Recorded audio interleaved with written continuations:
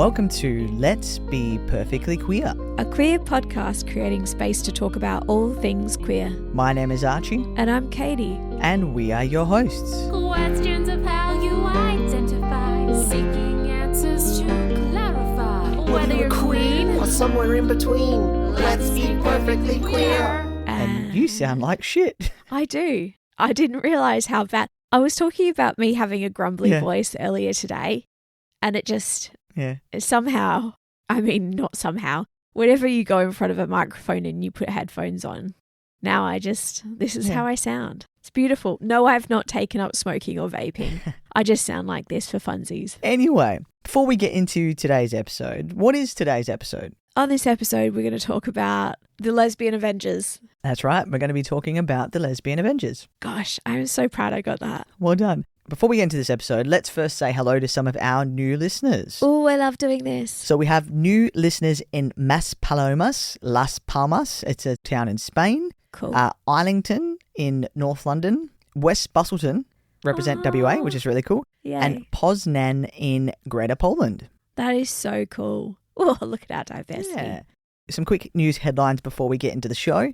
So at the time of recording this, it is May 2025, and even though we don't want to, we have to talk about what's happening in the UK right now with the trans rights and access to public toilets, because it's honestly pretty insane. Yeah, it is. So the UK Supreme Court recently ruled that when the Equality Act talks about sex, it means biological sex, not gender identity.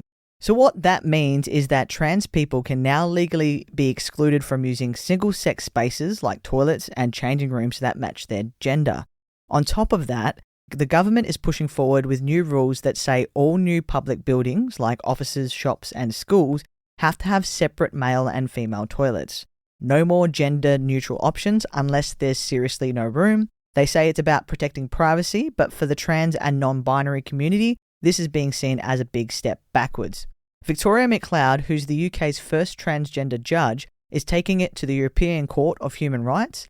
She's arguing that this whole approach strips away basic rights and that trans voices weren't even considered in the decision-making. It's already having a ripple effect too. In Scotland, a recently built primary school with only gender-neutral toilets are now being told they have to add single-sex bathrooms. This is a horrible time for our transgender folk in the UK. And we are sorry to hear that this has been happening. They're taking away the basic need to just pee in peace. Well, I think there's so many facets to this. If you have a unisex bathroom, it's the understanding, and generally you have singular stalls, like there's not urinals in your unisex bathrooms. It's very isolated and singular stalls that makes it so much easier. It's not the same as bathrooms like the generic kind of male-female bathrooms that you put in. So it's actually a lot safer generally, and it's a lot more private, and actually it's just generally nicer. And I think that they're forgetting the reason that they want to put these things in place is to protect women generally. This is the lines that they're going down, isn't it? Whereas the people who harm women are not trans individuals. The people who harm women are men. So maybe they should actually be flipping it around and being like, why do men harm women in these spaces? How can we make it safer for anybody who is a woman or diverse who tends to be targeted by men in these spaces, rather than trying to be like, oh no, I know who the culprits are. The culprits are the trans community. It's not the fucking trans community. The stats show it's not. Maybe just sort the fucking men out. On a more positive note, though, did you see the news about Robert De Niro? I did. Are you going to tell us more about it? Yeah, so for those who haven't seen it, Robert De Niro has said he is showing love and support for his daughter Erin after she came out as transgender. In a statement, he said, I loved and supported Aaron as my son, and now I love and support Erin as my daughter. I don't know what the big deal is. He added, I love all my children. How great is that? I think that's rather progressive because Robert De Niro has something like 12 children or something ridiculous. I think he has a lot of children, yeah. Yeah, and I think he's the age of at least 70 now, or is he 80? I have no idea. He's quite old, and he had his last child last year or the year before. So I'm like, the fact is, I don't know. I'm making broad assumptions about Robert De Niro, and I don't know what his religious beliefs are. but I was a bit like, you know how like, anyway, I'm going to stop it. Okay. Because I was just like, a lot of Catholics tend to have a lot of kids.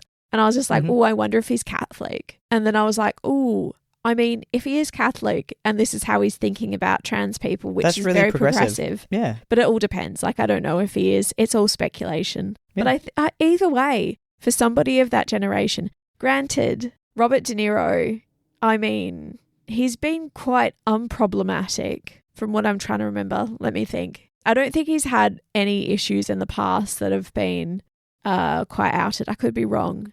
Either way, I appreciate it. We'll take it. Fucking win. So that's enough of the news and all that. Let's get into today's episode.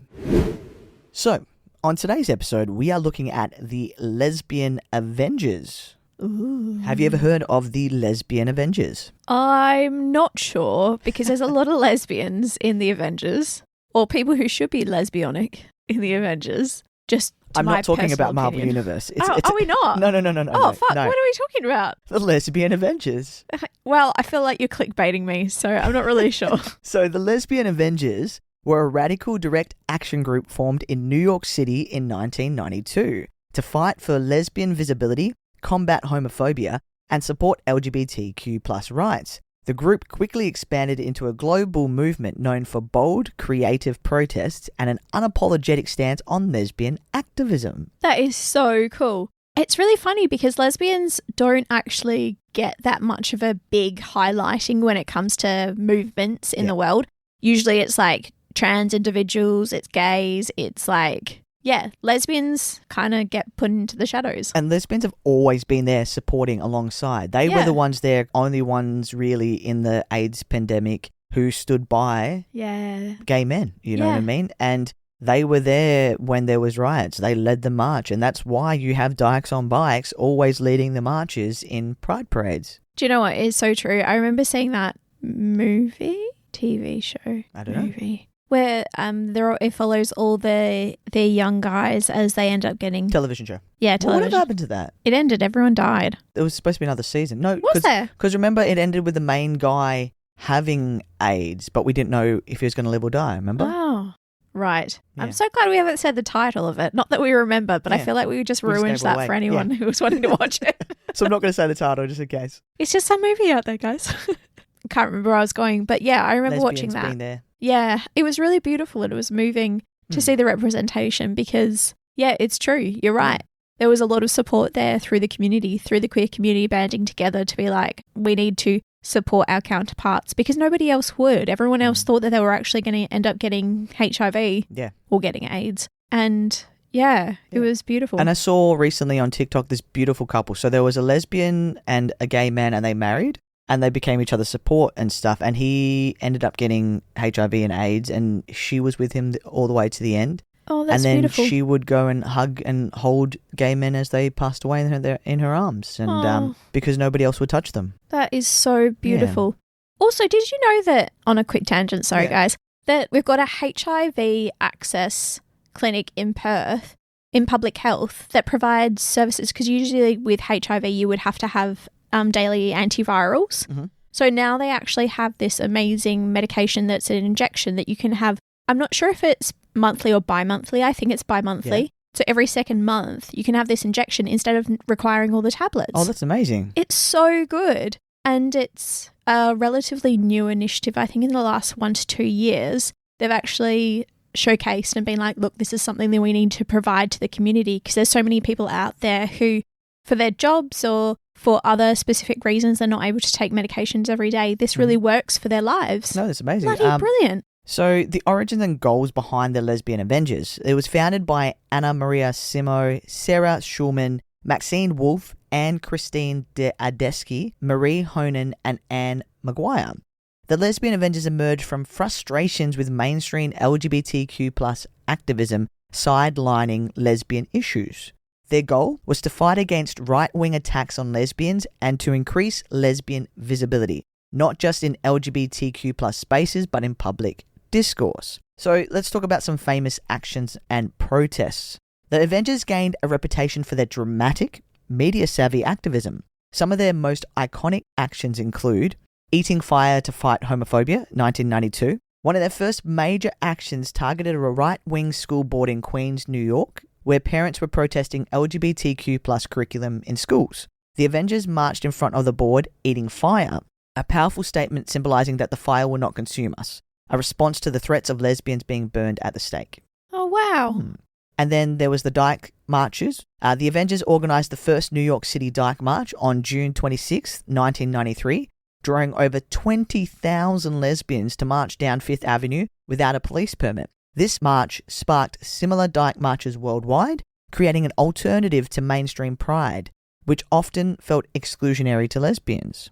They also had the curriculum and book censorship protests in 1993. When schools refused to include lesbian content in health and history curriculums, Avengers staged direct actions, reading lesbian books aloud in front of libraries and hand-delivering queer material to schools. They also had invasion of right-wing and government spaces in 1994. So activists stormed conferences of groups that promoted conversion therapy or opposed LGBTQ plus rights. Notably, they interrupted a speech by Senator Jesse Helms, a notoriously homophobic politician. Groups formed across Europe, Canada, Australia, and Latin America, with Avengers chapters adapting their protests to local LGBTQ plus issues. They remained a decentralized movement, meaning each chapter had autonomy, but shared the direct ethos of the original Avengers. That's awesome. I love it. Their work laid the foundation for modern intersectional queer activism.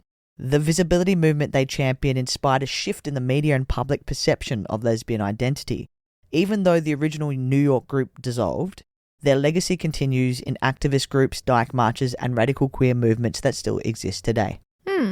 I think that's the beauty of it, is showing that there's community all over the world, that we're not alone. It's one of the most important things when you're struggling with mental health, or if you're struggling with belonging, is knowing that there is community here throughout the world. Yeah. And how to start making change. Because often it's like you want to do something, but you're not sure what's going to be the most impactful. Yeah. And granted, that does change in different areas, but the themes and the messages are the same throughout. So creating like a template of like how to actually make the most impact, I think is just beautiful. Yeah. So I wonder if we could try to get a hold of that Lesbian Avengers blueprint and see what they've done and what we can see in the similarities of the different LGBTQ plus activist groups here. That's fair. It was really beautiful. So on the ABC, they were doing a lot of coverage of Pride and Mardi Gras, which was great over in Sydney. And they had some interviews with some of the dykes on bikes. Like, it was really beautiful because it showed the support. In essence, it reminds me of the Lesbian Avengers. And I think it's the similarity of what we actually see with the dykes on bikes is in most Pride, dykes on bikes is what starts the parade. And the way that they were describing it was the support, the protection and the promotion of the lesbian community for the queer community. And I just thought that was absolutely amazing. It's in essence, I would imagine, the same values that the Avengers would be portraying. They know that they need to support their own. And by their own, they mean lesbian people, but they also mean the queer community, because we are one whole unit, even though we do have diversity within it. That's exactly it. And they are protectors of the queer community, and they have always been quite outspoken about supporting all members of the LGBT community. So that's why it's really sad when I've seen a lot of comments on the different news outlets in Australia recently, gay men condemning trans people. Yeah. And I don't know what it is. It's not that every gay man does. It's just I've noticed there's been gay men have come forward onto these platforms and say, I am gay and I don't stand with the trans community. And I don't know why. It's unfortunately what you've got in every community is that grey scale of human that still thinks that it's that fear tactic. And it doesn't, just because you're a part of an inclusive community doesn't mean that you are not prone to having or succumbing to the fear tactics of others. Yeah. Yeah. Which is really sad because in essence, like, we're all just trying to support each other.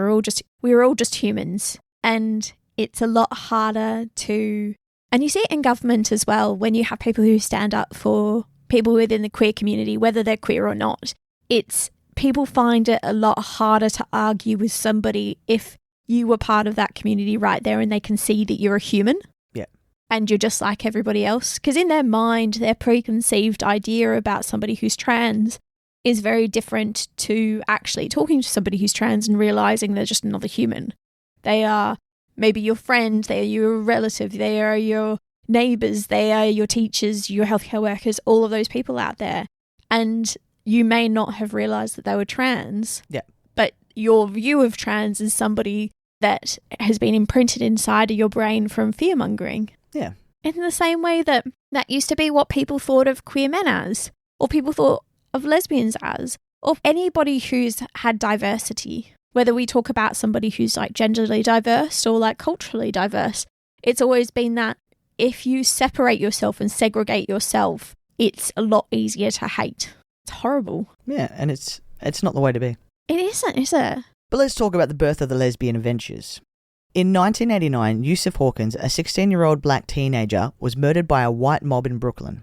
His death exposed New York City's deep racial divides, and in response, a group of teachers created a curriculum called Children of the Rainbow. The goal? Teaching first graders about diversity, different cultures, and respect.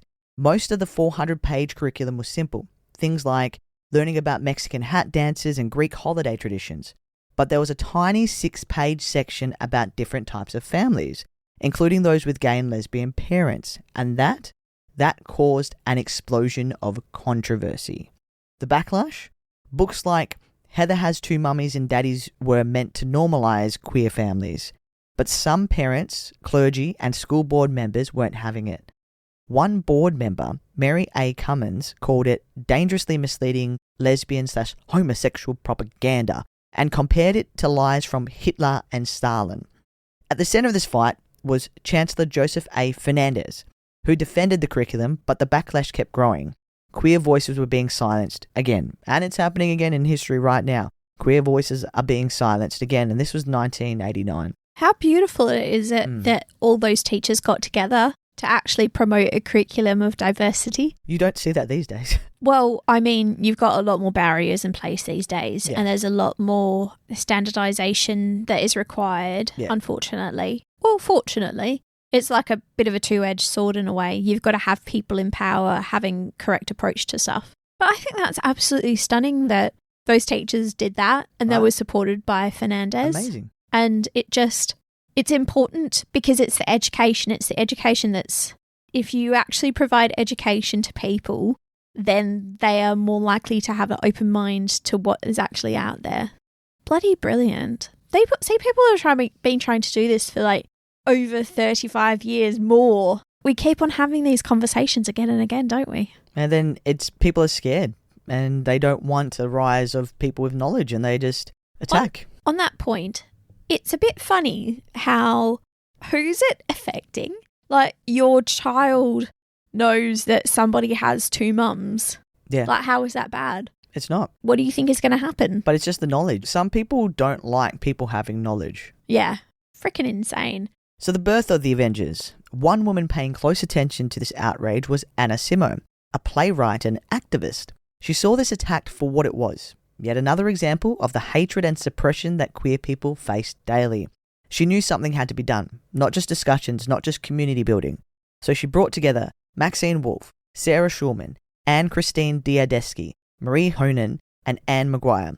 All activists deeply involved in women's rights, gay rights, and HIV and AIDS activism.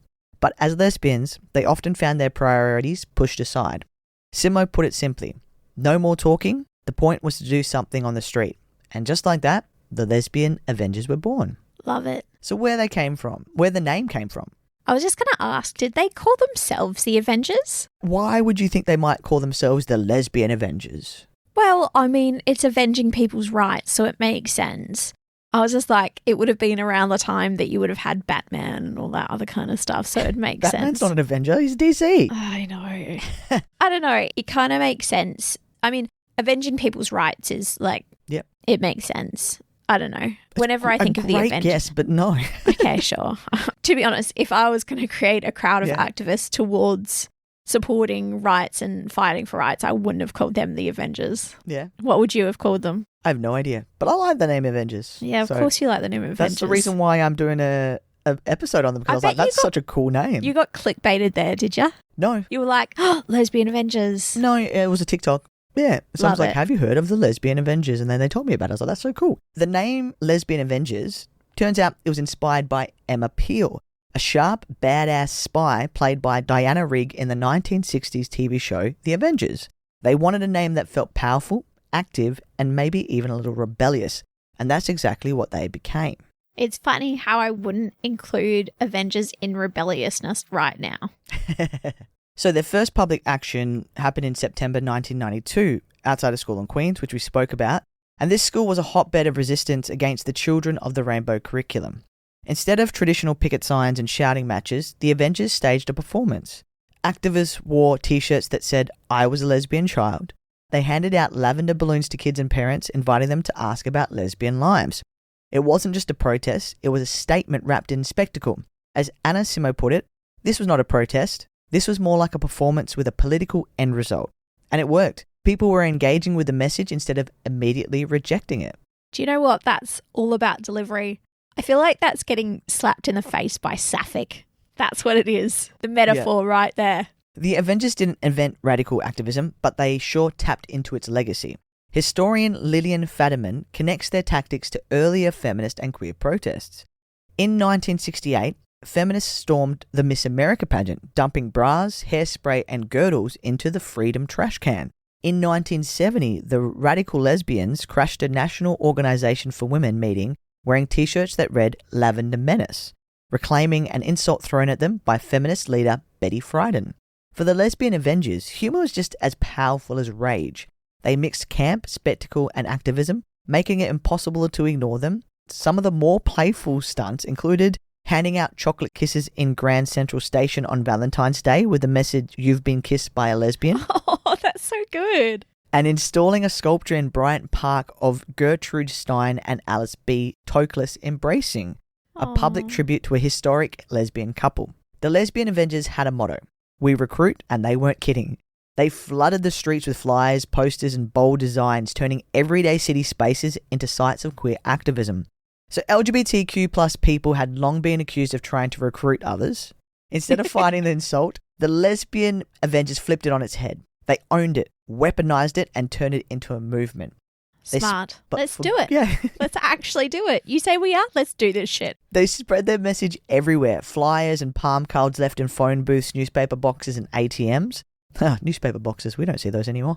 Bold posters pasted across New York, mimicking commercial ads, and striking images like Pam Grier, a blaxploitation icon, holding a rifle, a smiling housewife with a bomb on a cake platter. They weren't just eye-catching, they forced people to take notice to them. One of the masterminds behind this guerrilla-style activist art was Carrie Moyer. Her goal? Make queer activism impossible to ignore. She wanted to break the stereotype that lesbians were always dour and humorless. Her posters and graphics weren't just statements, they were fun, loud, and subversive. They also sent a clear message. We exist, we're everywhere, and you can't ignore us. I like that. So one of the biggest Avengers moments came in 1993 on the eve of the March on Washington for lesbian, gay, and bi equal rights and liberation. The Lesbian Avengers organized their first Dyke March. They expected a small crowd, but 20,000 lesbians showed up. That's awesome. 20,000 queer voices taking over the streets of Washington, D.C. No permits, no corporate sponsors, just radical lesbian visibility. Carrie Moyer explained that visibility was the whole point. We can show up in all these places, it doesn't have to be just the cover of a gay magazine. The Lesbian Avengers proved that they could be anywhere and that queer activism belonged in the public eye, not just in LGBTQ plus spaces. Yep. Now let's look at the rise of Lesbian Avengers. Imagine going from a hidden underground movement to having your own TV network, from being considered outlaws to seeing lesbian culture in mainstream ads. That's exactly what happened in the 90s. Let's now look at how the Lesbian Avengers changed everything. In just a few years, what started as a handful of activists turned into a nationwide movement. The Lesbian Avengers grew to over 50 chapters across the US. Dyke TV was launched, reaching 78 public access channels. They covered everything from news and politics to movie reviews. This wasn't just activism anymore, it was a cultural movement. By the late 90s, lesbians weren't just fighting for recognition, they were getting it. Vanity Fair and Time magazine covers, lesbians were front and center. Major ads, companies like Subaru, started targeting lesbian consumers. The LGBTQ plus community was moving from underground activism to mainstream acceptance. What do they say Subaru in America? Subaru. No, I thought they said Subaru. Because I know we say Nissan and they say Nissan. Nissan. But I think that's close to the Japanese saying. Yeah. But yeah, I wonder what... No, anyway. I'm pretty sure they say Subaru, but I'm not sure if it's... I follow a lot of Canadian lesbians. So But how cool is it? They had a channel. And looking at what's happening in the world right now, I think the world needs a movement like this. Yeah. I think the Lesbian Avengers need to reignite. Well, Lesbian Avengers assemble. Okay, settle down there, boy. Settle down there. Let me talk to my people and I'll get them to reignite. Okay. I'm crying. You are. Jeez Louise. It was so lame, but It was. we do need the Lesbian Avengers. I know. We do. We need our activists. We need... And I do agree. I think it's the way that they portrayed their activism. Yes. I think that's the most important thing, is that when you're trying to get your point across, often the most important way to get your point across is not actually having a debate or yelling. No. There are other means, and I think that that's what made them so successful, is that when you're trying to charm somebody, Yep. you do it in many different facets to try and prove a point. You don't just attack in one approach. And I think that was one thing that I'm definitely going to take from theirs, is that you have to be creative in how you're going to try and be when you're trying to prove your values, or when you're trying to be an activist, is that you've got to think about what's going to be the most impactful. And often the most impactful is not going to be a bit debate. It's about entertainment and humour. Yeah. And thinking about it, a lot of straight heterosexual couples turn to queer people for entertainment and humour, like Fringe. Like RuPaul's Drag Race. Exactly. I wonder what it's going to mean for us. I wonder what's going to be the next step. Because you're right, it does need... We do need to come back with our activism. We need to come forward and come together and actually work on this. Because I feel like there's a lot of people talking about this in different avenues, but we do need to have a solid approach to how this is happening. I don't know. A solid approach maybe isn't the way of putting it. Like, standardization isn't great in all aspects, because you need to have creativity. We need to get out there and start actually like getting...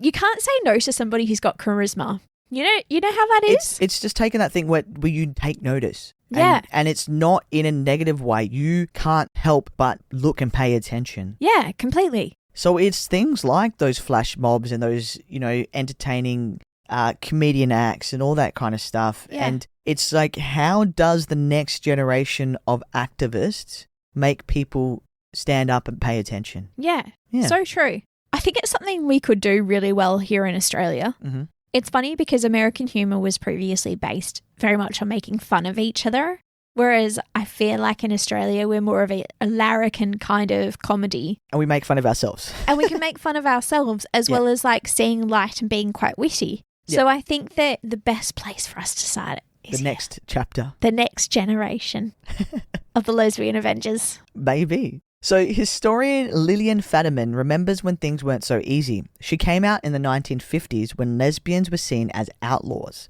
If you were too visible, you could get fired from your job, be kicked out of school, lose your family and home. That's why the shift in the 1990s was so monumental. Lesbian identity was no longer just tolerated, it was celebrated. In 1997, the Lesbian Avengers officially disbanded, but their impact didn't just disappear. Their name and logo resurfaced controversially, and it was on a Pride t-shirt collection from The Gap. Some called it progress, a sign LGBTQ plus culture is now mainstream. Others called it commodification, a corporate cash grab with no real activism behind it. What do you reckon? Do you know what? Just because we've done pink economy, Yep. I live in two minds, because there is a lot of queer people in artistic spaces that could have been like, hey, let's do this. Let's just get this out there. You wouldn't put it out there if The Gap was a homophobic organisation. I don't want to talk about the vast generalisation, but like whoever got that out there wouldn't have been homophobic. So no matter what, it still has a positive effect, because it's still creating a conversation that needs to be had. Whether it is pink economy or not pink economy, it's still a positive effect. I would disagree. Ooh, tell me. So usually these kind of things happen for their Pride editions, for during Pride season. And so they're literally just capitalizing off the pink economy, off queer people. But what are they actually doing besides printing a shirt? I mean, yeah, you're right Do you know in a what I way. mean? You're right in a way. Because it's different. So if you're looking like Levi Australia, when they had their queer campaign, all of their models were queer. And a portion of every sale went to LGBTQ plus groups. Yeah, I mean, in the conversation, you can always do more. But that's what I'm saying. So I don't think if you're bringing this out once a year, where the Levi's wasn't just for Pride, they had it for like months, Yeah. you know what I mean? If you bring it out once for, it's coming up to Pride Month, let's capitalize on the queer money. Yeah. Then I think it was a corporate cash grab because there was no activism to it. Where Levi's Australia is like, no, we are standing up for the rights of queer people, making sure that we are only promoting queer models in all of our campaigns. But I think it was like 20 or 25% went to these organizations. Yeah, no, it's true. It's true. There is better ways of doing it. I do definitely agree with that. It's funny when you're like, every model was a queer model, I'm like, how did they know? Because so most of their models were their workers and they asked their... Yeah, Really? Yeah. That's awesome. Yeah. I love that. So almost 40% of kids today identify as LGBTQ+. Not that a lot of them are out, but they identify. I love that. That's nearly 50%. Yeah. Look at us go. Yeah. At the Converting same people. Sorry. I'm kidding, guys. At the same time, hundreds of anti-LGBTQ bills have been introduced. These stats come from America and from this article. I'm not sure if it is 40%, but that's what this article said. I didn't think it was that high. Many focus on limiting discussions of gender and sexuality in schools, aka don't say gay laws. So has visibility made things better, or has it just made the backlash stronger?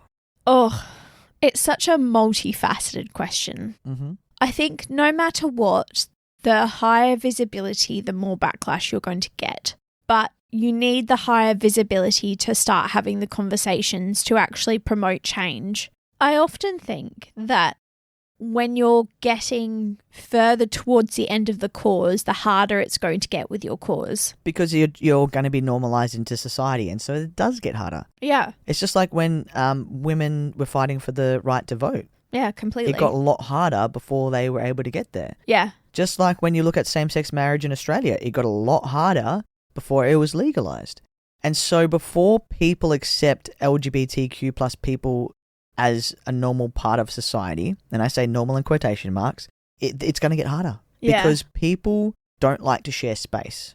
And people will always fight against things that they don't like. Yeah. So we're watching Invisible Boys at the moment, which is... The Stan original Australian series. Thank you. Filmed in Jolton. Wow. Okay. Well, I was just going to explain that, but thank you. You did that really eloquently, and I've seen all the ads on TikTok. And it's really good. It is a bit triggering in spaces of how derogatory people were towards people who were queer. Oh, and yeah. we're talking about actually just It's like... from the 90s, I think. Was it 90s or 2000s? Early 2000s? It would have been 2000s because that's when the same-sex vote was true. like 2010, 2007. I want to say 2009. So public opinion of same-sex marriage in Australia has shifted from 38% support in 2004 to majority support of 75% in 2023. Yeah, it's amazing. I think I was year 10 in 2004. Yeah, I would have Yeah. been. I was in year 9. Yeah. I don't know why that took me so Why did long. it take you so long? I'm literally So one that's year younger than incredible you. how much support, the increased support. That's amazing. So in March 2013, the former Labor Prime Minister Kevin Rudd announced his personal support of same-sex marriage. Upon returning to prime ministership in June, Rudd promised to introduce same-sex marriage legislation within 100 days if Labor won the 2013 federal election. Well, granting It's only been 2017 since it's been legalised. Yeah. Really? Yeah. Bloody hell, that's not long at all. Same-sex became legal in Australia on the 9th of December 2017. That's insane. I thought it was a lot longer. The conversation has been going for a very long period That's of time. It's really triggering to see the conversations that we had in Invisible Boys with people who were close family and how negative and derogatory they are to queer communities. Yeah. Or just like their individual family members being part of the queer community or just gay. Like, just putting it out there, being gay men. And it's crazy looking back at that, but then also seeing, you think how far we've come, but then how swings and roundabouts happen again, and we have these derogatory comments again. Which, and that was only, 8 years ago. And the conversations and the language. And it is a little bit triggering for me personally growing up in a small town, because Geraldton is not that far from where I grew up. Well, it's still far, but not that far. It's a lot closer than Perth. So if you are watching Invisible Boys right now, the language, the emotions, and the kind of reactions to people being queer is exactly what I had to deal with growing up. Yeah. It's just the anger and the hatred that is followed with the language, which can be quite triggering. And one of the families are European, so they do come from that Italian background. I do come from a Portuguese background. It's not the same, but it is very similar. Yeah. And so the way that when you have these big Portuguese gatherings and the way that people talk about queer and LGBT people, it can get very triggering watching the show. So just be mindful. It is disgusting. Yeah. I think the other thing is that it's good to see what it's like in the small country towns, because in larger cities you can get lost and you can step away from it. If you're getting bullied in a certain area, you can generally retreat to home, or if you're getting bullied at home, there are places to go. Whereas in a small country town, you are so limited. And there are scenes in which one of the main characters tries to get out of Geraldton. And I can understand that feeling of needing to get away, but the only way that you can get away is literally distancing yourself from a town. So you're also isolated. You're physically isolated. Because a small country town, there's usually one or two roads in and out. And you either drive or you bus or you plane. And for some people, you can't afford that. Yeah. You know, or you don't have the connection. So what happens once you get to Perth? You're going to be sleeping on the streets. So there's all those kind of elements as well that for queer people growing up, especially rural people in your rural small towns across Australia. And if you are LGBT, it is very hard. That's why it's so important to have this activism in our major towns that influences the change that happens rurally. Yeah. It's such a hard space to be in, and I can understand how I love the values of the Lesbian Avengers. I love how sometimes you have to be creative with your approach to activism. And sometimes that's the only way to win votes in a way, because not your motives, but like the way you do things has to sometimes be more creative, more calculated, because you know that there's general way of doing things you will never be able to win. Yeah. So final thoughts. The Lesbian Avengers weren't just about protests and slogans. They were about taking space and making sure lesbians were seen, heard, and respected. So what about today? Is queer activism still as bold and public as it used to be? Or do we need another Lesbian Avengers moment? Let us know what you think. Yeah. And if you are or were part of the Lesbian Avengers, please can you contact us? Yes, please. We would love to either get a DM from you on our Instagram or Facebook, or if you could send us an email on letsbeperfectlyqueerpod@gmail.com. That would be amazing. We would love to hear from you and to hear the stories that you've told, the things that you have planned, how you feel about the world today. Yeah. We would really love to hear from you. Yeah, and so that was our episode on the Lesbian Avengers. We looked at a bit of the history, what they did, and do you think that we need another movement like the Lesbian Avengers across the world, in Australia, in the US, UK? Where do you think the next Lesbian Avengers should start? And what would it look like to you? And don't forget to rate, review, and subscribe. It just helps us get out there so people can actually find us. And as a podcast that's based in Australia, it is a little bit harder to get out there. And so we just want to spread this message of activism, of love, of support for the queer community, for everyone who's needing it. So please, if you can take the time to give us a 5-star review. So until next time, I hope that we have been perfectly queer.